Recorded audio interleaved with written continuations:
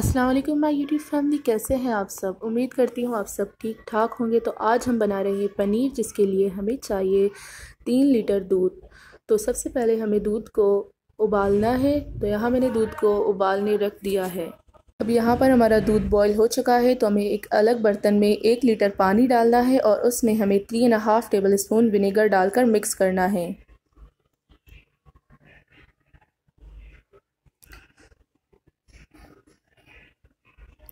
अब हमारा दूध बॉईल हो चुका है, तो हमें इसमें सिरके और पानी वाला मिक्सचर डालकर हल्के हल्के हाथों से चम्मच चलाते रहें।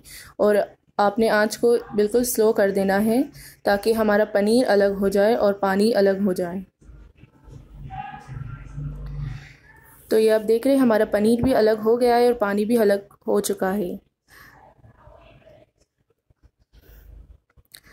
अब हमें एक अलग बर्तन में मलमल का कपड़ा रख देना है और पनीर डालना है इसके अंदर।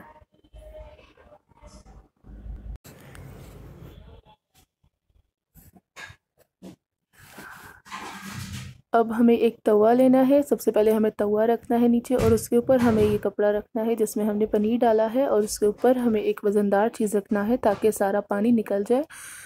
हमें इसे 2 घंटे तक बिल्कुल इसी तरीके से रखना है।